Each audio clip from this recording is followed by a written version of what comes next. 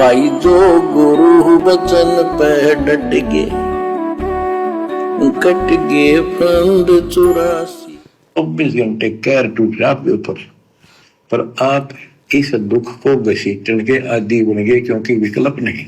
अब आपके पास विकल्प है, यहां से निकल सकते हो, 100% निकल सकते हो, गारंटेड निकल सकते हो। थोड़ी सी हिम्मत कर लो।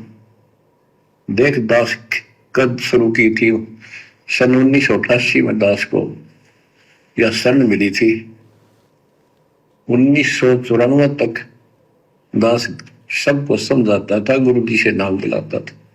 कभी स्वप्ने में भी नहीं सोची थी मैं गुरु पद बनूं। तो नीच आदमी काम होते दुनिया को मूर्ख बनाए, उनका जीवन नष्ट करे। आप स्वयंभू गुरु बन के, जैसे 2-3 दुष्ट बन गए थे, संजय दिल्ली वाला और पवन जयपुर वाला, ये पाप आत्मा थे। इन जय हो बंदी छोड़ की सतगुरु रामपाल जी परमेश्वर जी की। भाई और बहनों, मेरे लिए तो ये एक प्रसाद से कम नहीं है, सतगुरु के विशेष आशीर्वाद से कम नहीं है, जो भूमिका मुझे परमात्मा ने इस लाखों की संगत की छटनी के लिए दी है। जिस प्रकार सतगुरु स्वयं देशद्रोही की, जिस प्रकार सतगुरु खुद देशद्रोही की उपाधि सरकार से लेकर और अपनी संगत की छटनी कर रहा है हिसार जेल में बैठकर, उसी प्रकार बाहर उसी संगत की छटनी के लिए सतगुरु ने मुझ पवन दास को गुरुद्रोही की उपाधि दी है। यह मेरा परम सौभाग्य है। ये दुनिया देशद्रोही की परिभाषा नहीं समझ पा रही है और सतगुरु से ईर्ष्या करके उनके सत्संग नहीं सुन रही है और अपने आत्म कल्याण से वंचित रह रही है। ठीक इसी प्रकार ये लाखों की संगत ये गुरुद्रोही की परिभाषा नहीं समझ पा रही है और साथ संगति के वीडियो देखने के अभाव के चलते ये सतलोक की ट्रेनिंग के लिए वंचित रह रही है। सतगुरु के खेल अजब गजब होते हैं। ये उल्टा चढ़ने का मार्ग है। परीक्षा उसी को तो कहते हैं कि भगत असमंजस में पड़ जाए कि है क्या ये।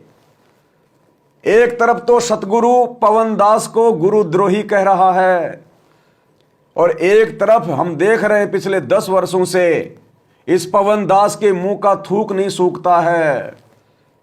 5-5 घंटे 6-6 घंटे रोजाना चिल्लाता रहता है अपने गुरुजी की महिमा में। अन्यथा गुरुद्रोही को क्या चिंता है सतगुरु की संगत की? गुरुद्रोही क्यों अपने सतगुरु की महिमा करेगा, उनका गुणगान करेगा, उनको परमात्मा बताएगा? गुरुद्रोही तो वो होता है जो गुरुजी से ईर्ष्या करे, गुरुजी की बुराई करे, गुरुजी को गालियां दे, गुरुजी की संगत को भक्ति से दूर कर दे। जबकि ये पवन दास तो सतगुरु से गुरुद्रोही की उपाधि लेकर भी भक्तों को भक्ति पर दृढ़ कर रहा है।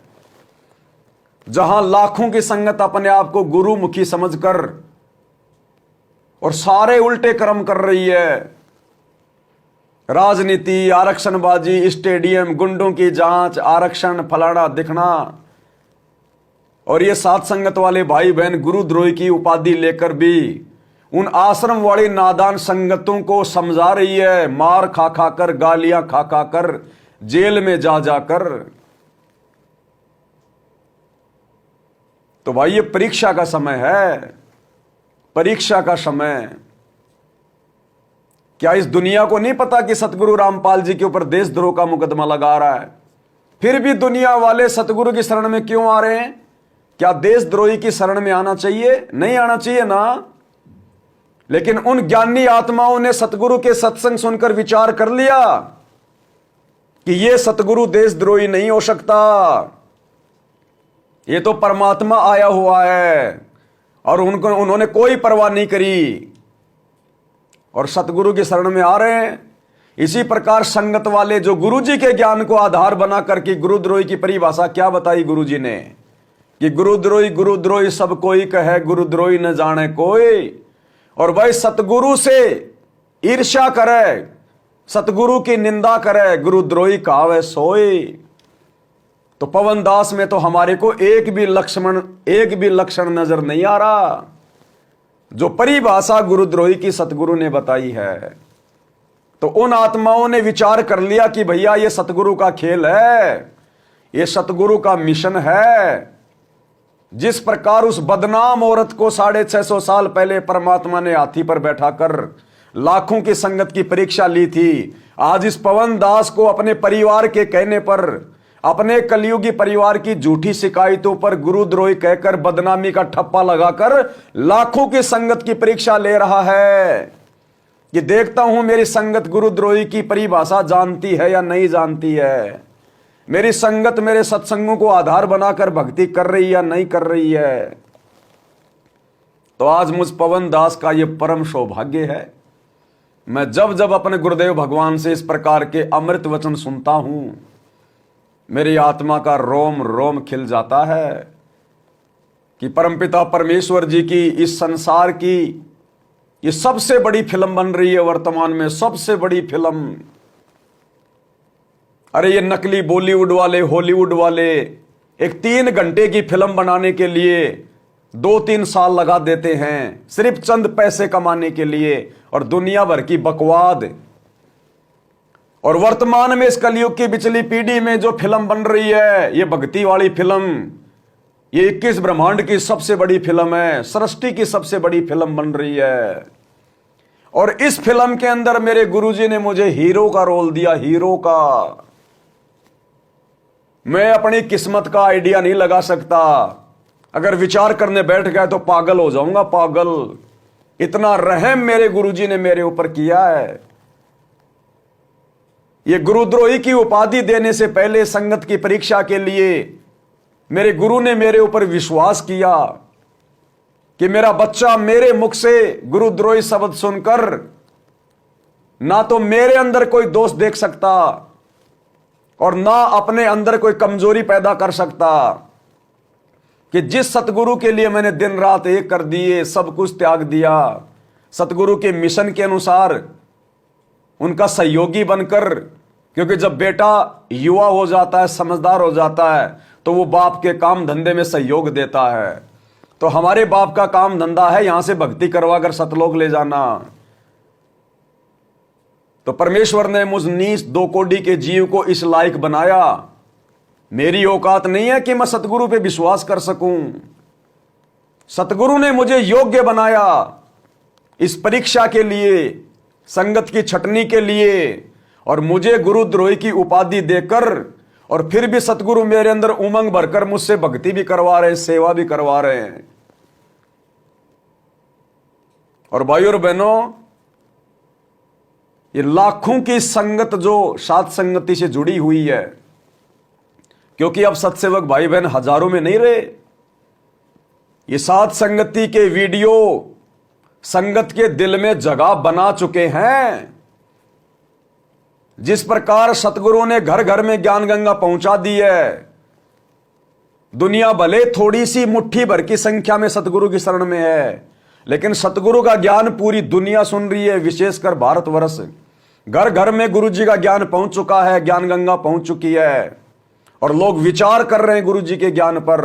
और जब वो ठीक का समय आएगा, दुनिया एकदम से पलटी मार देगी। ठीक इसी प्रकार ये संगत सात संगति के वीडियो देख देख कर विचार कर रही है कि वास्तव में सत्य क्या है और झूठ क्या है, क्योंकि आत्मा कब तक झूठ के पाड़े में, अधर्म के पाड़े में पड़ी रहेगी।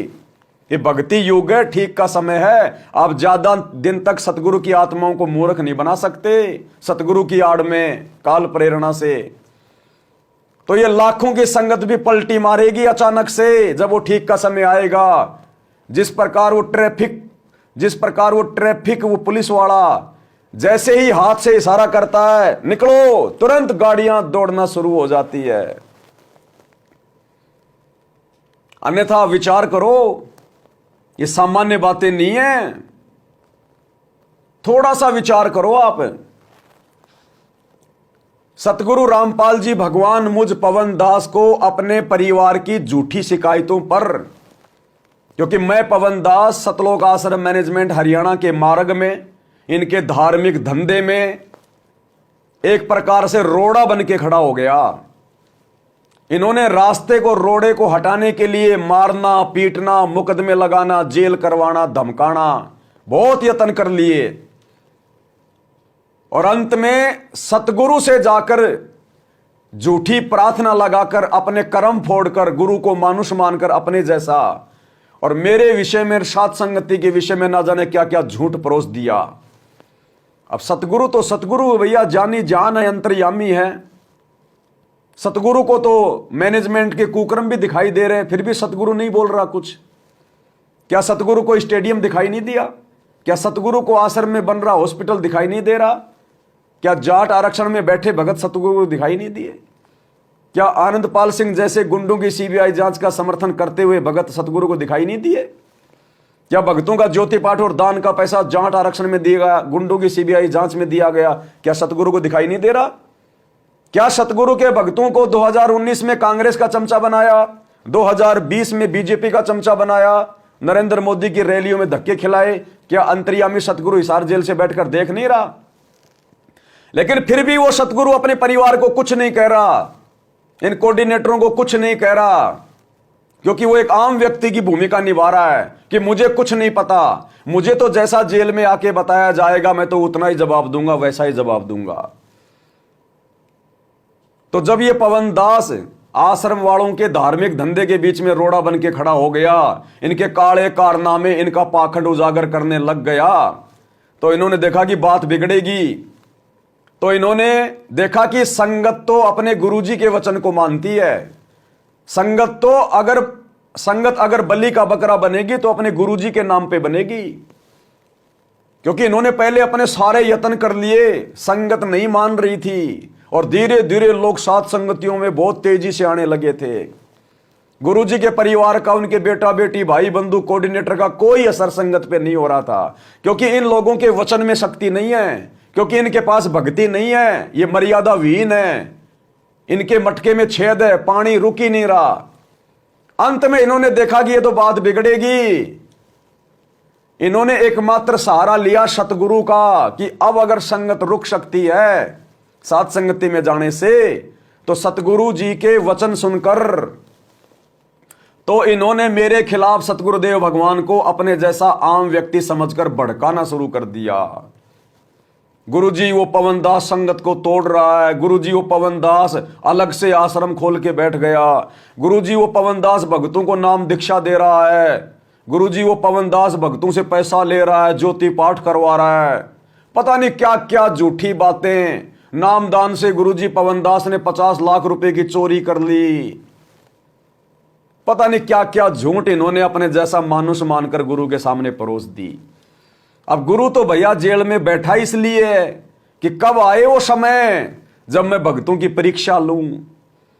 तो जो जो बातें गुरु के परिवार ने मेरे बारे में बताई, उस आधार से गुरुजी ने कह दिया कि भैया ऐसे ऐसे काम करने वाला तो गुरुद्रोही हो जाता है। फिर वो मेरा भगत कहां रहा? जब तुम कह रहे हो कि उसने ये कर दिया वो कर दिया, तो वो तो गुरुद्रोही है। अब इस बात को गुरुजी के परिवार ने संगत में गुरुजी का आदेश बता के लागू कर दिया कि गुरुजी का आदेश आ गया, गुरुजी ने ये लेटर लिख के दे दिया। देगा गुरु तो लेटर लिख के, जैसा तुम लिखवाओगे गुरु तो वैसा लिख देगा भैया। अरे सर्वानंद ने जैसा कबीर जी से अंगूठा लगवाया, कबीर जी ने तो लगा दिया। सर्वानंद ने जो मर्जी लिख लिया। ज्ञान चर्चा में कबीर जी हार गया, सर्वानंद जीत गया, लगा कबीर अंगूठा, ले बेटा ठे। लेकिन वहां जाते जाते अंगूठा तो इसी प्रकार वर्तमान में गुरु को मानुष मानकर आप जो मर्जी उनसे बुलवा लो, लिखवा लो, ऑडियो निकलवा लो, वीडियो निकलवा लो। परीक्षा का समय है, गुरु तो वैसा ही बोलेगा कि भैया ठीक है, मुझे क्या पता, मैं तो जेल में बैठा हूं, बाहर का तुम्हें पता, और जैसा तुम कह रहे हो ठीक है। इस आधार से तो वो गुरुद्रोही हो गया, सतगुरु ने गुरुद्रोही कह दिया। इन्होंने संगत में मैसेज डाल दिया, पवन गुरुद्रोही हो गया, पवन गुरुद्रोही हो गया। अब ये संगत की परीक्षा थी, संगत की परीक्षा। अरे कौन गुरुद्रोही है, कौन देशद्रोही है, इस बात का निर्णय किसी की शकल देख के नहीं किया जाता। सतगुरु ने ज्ञान में क्या बताया, क्या समझाया, गुरुद्रोही कौन होता है, देशद्रोही कौन होता है। अब इतना विचार इस लाखों की नादान संगत ने नहीं किया। इसी को कहते हैं भेड़ चाल, गांधारी की तरह आंखों पे काली पट्टी बांध के चलना। इसको कहते हैं भेड़ चाल, देखा देखी में चलना। जैसा गुरुजी के परिवार ने कह दिया, जैसा कोऑर्डिनेटर ने कह दिया, विचार नहीं किया कि यह परीक्षा का समय है और परीक्षा के समय में सतगुरु भैया किसी भी प्रकार के वचन बोलकर परीक्षा ले सकता है। अपने ज्ञान के विरुद्ध आदेश देकर भी परीक्षा के समय में सतगुरु भक्तों की परख करता है। हमें कथा सुनाई गुरुदेव ने कि एक समय एक संत था, अपने बच्चों को, अपने शिष्यों को ज्ञान दिया करता था। एक समय संत ने देखा, जरा देखो तो सही, ये देखा देखी में आ रहे हैं, जा रहे हैं, पढ़ रहे हैं या थोड़ा बहुत बुद्धि विवेक भी है। संत ने अपने शिष्यों को सामने बैठाया, आधा घंटे ज्ञान दिया और कहा भाई गुरु सबसे बड़ा होता है, गुरु की आज्ञा माननी चाहिए। जो अपने गुरु के आदेश की पालना नहीं करता वो गधा बनता है, महामूर्ख होता है, नरक का भागी होता है। हाँ जी गुरुजी, बिल्कुल सही बात है। उसके बाद उसी संत ने आदेश दिया कि अब मेरा आदेश है कि आप अपने पैर का जूता निकालो और मेरे सर में 5-5 जूते मारो। अब 2 मिनट पहले तो गुरुजी ज्ञान दे रहे थे कि अपने गुरुजी की तरफ तो उंगली भी नहीं की जा सकती, नहीं तो वो गधा बनेगा, नरक में जाएगा। और अब कह रहे हैं कि गुरुजी आदेश दे रहे हैं कि सर में जूते मारो। तो भगत तो धर्म संकट की स्थिति में आ गए कि क्या करें क्या ना करें। तो गुरु ने कहा रे बस इतना ही ज्ञान समझे।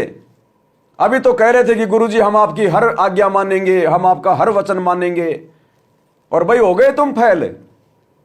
साब की नीची गर्दन, एक खड़ा हुआ, अपने पैर का जूता निकाला और गुरुजी के चरणों में आके बैठ गया और अपने सिर में 5 मारे। गुरु ने कहा भैया डांडी मत मार, मैंने तो मेरे सर में मारने के लिए कहा है। तो भगत ने कहा कि हे गुरुदेव, इस दास का सिर भी तो आप ही का है। ये परमात्मा, आपके बिना मेरा वजूद कहां है, मैं आप ही का तो अंश हूं। मैंने अपने सिर में मार लिए, समझो आपके सिर में मार दिया। तो गुरु बड़ा प्रसन्न हुआ और वो भगत परीक्षा में पास हुआ। बाकी भगत तो वो भी थे जो चुपचाप बैठे हुए थे। तो गुरुदेव कहते हैं कि भक्तों के अंदर थोड़ा बहुत कॉमन सेंस भी होना चाहिए, थोड़ा बहुत बुद्धि का भी इस्तेमाल होना चाहिए, देखा देखी नहीं। तो संगत को सतगुरु ने मुझ पवन दास को गुरुद्रोही घोषित करने से पहले गुरुद्रोही की परिभाषा बताई थी कि गुरुद्रोही किसको कहते हैं, गुरुद्रोही की परिभाषा क्या होती है, गुरुद्रोही के क्या लक्षण होते हैं। अरे गुरुद्रोही क्यों तुम्हारे गुरुजी की महिमा करेगा? अरे रावण राम का द्रोही था, क्या कभी राम की महिमा गाई, राम की बड़ाई करी? राम को क्या उसने परमात्मा बताया? जंगली मानता था, जंगली, कि जंगल में फिरते हैं 2 मस्करे हिरणों को मारकर मांस खाते हुए, मेरा क्या बिगाड़ लेंगे वो। क्या उस कंस ने कभी श्री कृष्ण जी की महिमा की? वो तो दुश्मन बन के बैठा था, कृष्ण का नाम भी अच्छा नहीं लगता था। तो इसी प्रकार जो गुरुद्रोही होगा उसको तो गुरु की शकल भी अच्छी नहीं लगेगी, उसको तो गुरु के वचन ही अच्छे नहीं लगेंगे, वो तो आग उगलेगा, आग। और गुरुद्रोही के मुख से गुरु की निंदा सुनकर भला कौन लाइव जुड़ेगा, कौन 10 साल से वीडियो देखेगा, किसकी आंखों में आंसू आएंगे गुरु महिमा सुन सुन के गुरुद्रोही के मुख से। तो ये सतगुरु की परीक्षा चल रही है, परीक्षा। मुझ पवन दास को गुरुद्रोही की उपाधि देने से पहले, मुझ दास को ये हीरो वाली ये पदवी देने से पहले अपनी इस फिल्म में, जिस फिल्म को आने वाले समय में ब्रह्मा विष्णु महेश भी देखेंगे, देवी देवता भी देखा करेंगे, उस फिल्म में मुझ नीच को इस परमात्मा ने इस योग्य बनाया। तो भाई दास तो इस बात को भली भांति समझ रहा है, जान रहा है, पहचान रहा है। और अब विचार करने की बात यह है, ये सारी बातें बताने के बाद, यदि ये पवन दास वास्तव में गुरुद्रोही है तो पिछले 10 साल से गुरु मुझे गुरुद्रोही कह रहा है, लेटर के माध्यम से, ऑडियो के माध्यम से, वीडियो के माध्यम से। हाथ धोकर गुरु मेरे पीछे पड़ा हुआ है, गुरु का परिवार मेरे पीछे पड़ा हुआ है, 90% संगत मेरे पीछे पड़ी हुई है, और इसके बावजूद भी कोई मेरा बाल नहीं उखाड़ा पा रहा, थोड़ा सा मेरा बाल नहीं उखाड़ पा रहा कोई। इन मैनेजमेंट वालों ने मुकदमा मेरे ऊपर करवा दिया, जेल मुझे करवा दी, मार पिटाई मेरे साथ कर ली, हर प्रकार से मुझे मिट्टी में मिलाने का प्रयास कर लिया, लेकिन इस पवन दास का जरा सा बाल कोई बाका नहीं कर पाया आज तक।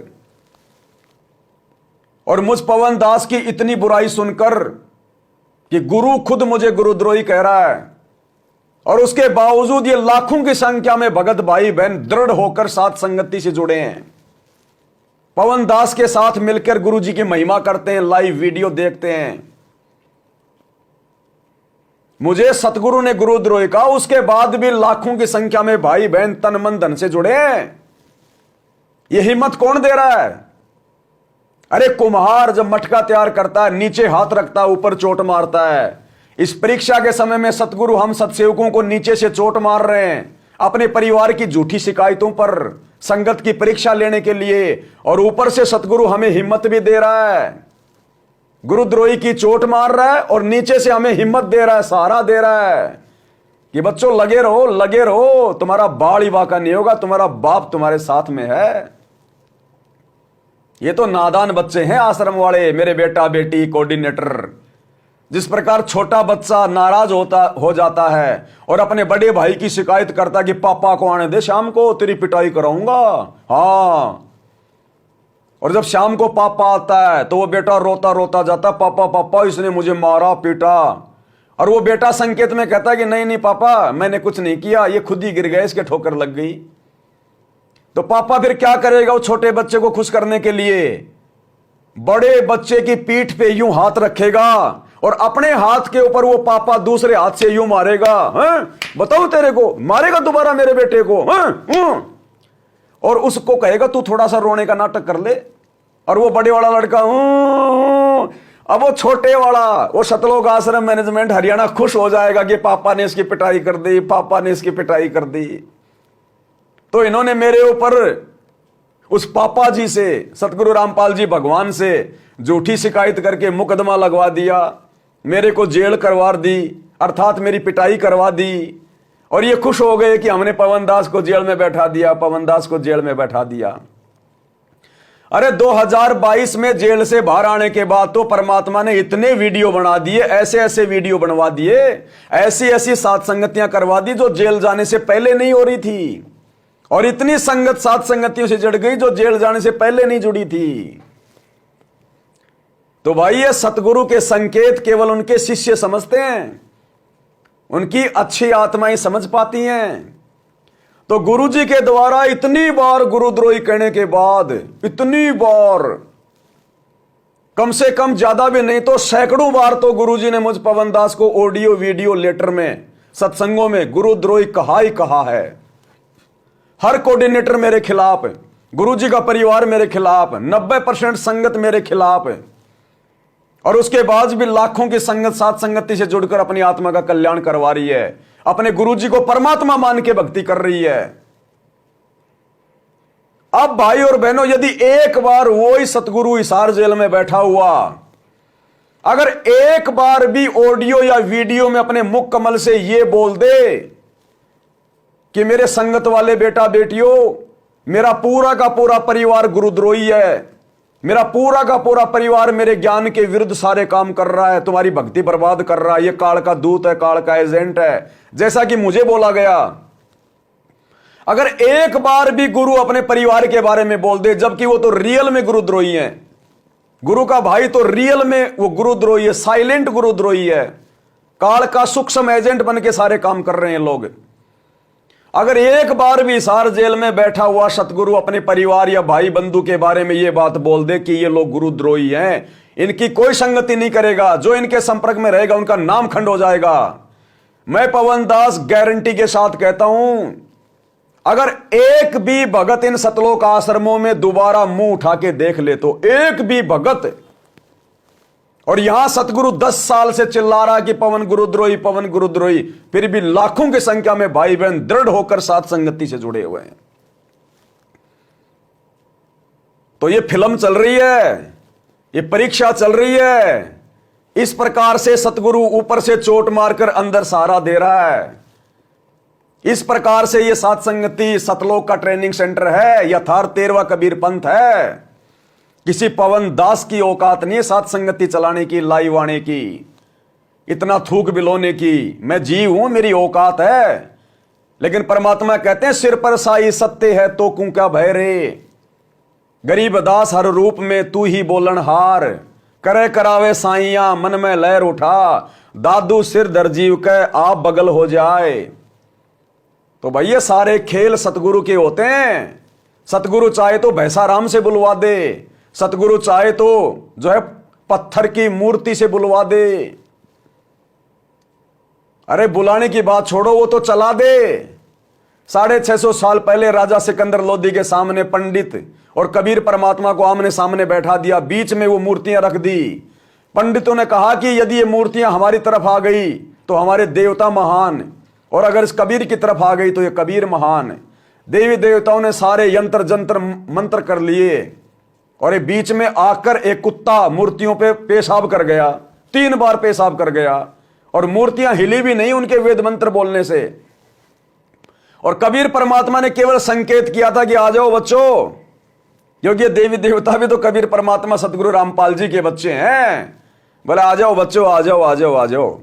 उसी समय वो मूर्तियां पत्थर की पैरों से चलकर सतगुरु कबीर रामपाल जी भगवान की गोद में जाके बैठ गई। तो ये परमात्मा तो कुछ भी करवा सकता है, किसी भी से करवा सकता है।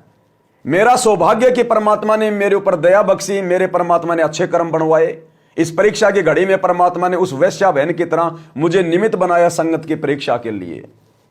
तो ये मेरा परम सौभाग्य, मेरा इसमें कोई रोल नहीं है, मेरे अंदर इस बात को लेके कोई मान बढ़ाई नहीं। खुशी है मुझे, खुशी, और ये रहेगी कि सतगुरु ने इस अखिल सृष्टि में से जहां अनगिनत जीव हैं, इस परमेश्वर ने इस विशेष भूमिका के लिए परमात्मा ने मुझ जैसे 2 कोड़ी के नीच जानवर को चुना। इस बात के लिए तो भाई मुझे अंतिम श्वास तक खुशी रहेगी, और मैं एडी से लेकर चोटी तक परमात्मा का ऋणी हूं, ऋणी हूं। तो भाई और बहनों, ये खेल अजब गजब है परमात्मा का। आने वाले समय ये संगत रोएगी सिर पे हाथ रख के, जब इस भेद का खुलासा होगा। क्योंकि परीक्षा का एंड भी तो होगा, रिजल्ट भी तो आएगा। ये थोड़ी परीक्षा चलती रहेगी, रिजल्ट भी तो आएगा। और जब रिजल्ट आएगा, सतगुरु सबके सामने आएंगे और पूछेंगे, जब देखेंगे सारी बातें, कि दिखाओ मुझे उस पवन दास के वीडियो, वो क्या बोलता था मेरे बारे में, मुझे उसने कितनी गालियां निकाल रखी हैं, मेरे बारे में उसने कितना बुरा भला कह रखा है, उसने मेरे भक्तों को कैसे कैसे तोड़ा, दिखाओ मुझे उसके वीडियो। तो जब पवन दास के वीडियो सतगुरु के सामने जाएंगे तो उन्हें पता तो है ही, अंतर्यामी है ही, लेकिन संगत को फैल करेगा फिर भगवान। फिर परमात्मा देखेगा, अरे नालायको, तुमने किसको गुरुद्रोही घोषित करवा दिया मेरे से। अरे नीचो, तुमने ऐसा पाप क्यों करवा दिया। क्योंकि आम संत की भूमिका कर रहे हैं परमात्मा, इसलिए इन शब्दों का यूज करेंगे कि नालायको, तुमने किस पवित्र आत्मा को मेरे द्वारा गुरुद्रोही घोषित करवा दिया मूर्खो। तो संगत कहेगी, गुरुजी हम क्या करें, हमने तो आपकी ऑडियो सुनी थी, आपका वीडियो सुना था। तो गुरुजी कहेंगे, रे नालायकों में कहां था गुरुजी, आप जेल में थे। तो गधो, मुझे क्या पता जेल में बैठे बैठे बाहर क्या हो रहा है। मैं तो 10 साल से जेल में था, बाहर तुम थे, मेरा परिवार था, ये पवन दास था। इनका आपस में क्या झगड़ा चल रहा था, पवन दास क्या बोल रहा था, क्या नहीं बोल रहा था, वो असल में गुरुद्रोही था या नहीं था, मैंने सत्संगों में सारी परिभाषा बता रखी है।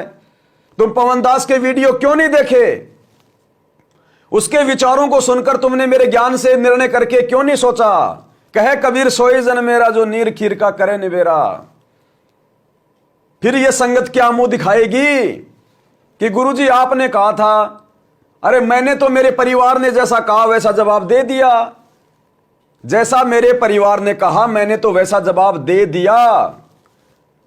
अब डॉक्टर के पास कोई आदमी जाए कि साहब मेरे दादाजी के पेट में दर्द है, तो डॉक्टर तो पेट के दर्द की दवाई बताएगा कि उसको ये वाली टेबलेट दे दे। और दादा के हो रहा है पैर में दर्द, तो दादा के तो वो गोली जो है रिएक्शन कर जाएगी।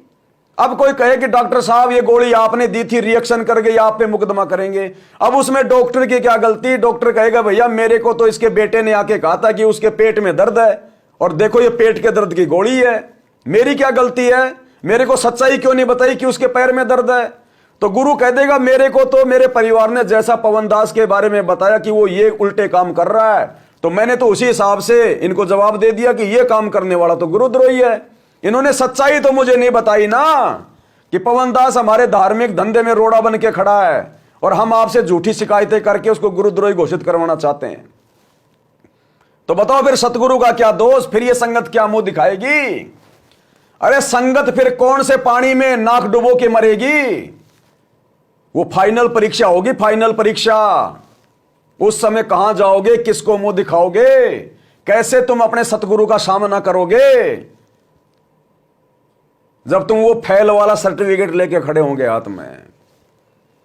तो ये लाखों हजारों भक्तों का इतनी दृढ़ता के साथ है, और वो कबीर की कागज की फोटो को फाड़ना कोई बच्चों का काम है क्या? ये सतगुरु के द्वारा विशेष हिम्मत दिए बिना ये महान कार्य कोई कर नहीं सकता। है किसी माई के लाल में हिम्मत जो सतलोक आश्रमों से जुड़े हुए हैं? देखे फाड़ के दिखा दो। और इधर हजारों सत्सेवकों ने फाड़ फाड़ के दिखाया सोशल मीडिया पे। अरे सतगुरु ने एक भी मुकदमा होने दिया क्या? 20 करोड़ है इस देश में ये कबीरपंथी। और इस सतलोक आश्रम मैनेजमेंट हरियाणा ने उस हरियाणा की बहन के साथ मिलकर ना जाने क्या क्या प्रयास कर लिए मुझे फंसाने के। बाल उखाड़ पाए क्या? हजारों भाई बहनों ने वीडियो बनाए फाड़ फाड़ के।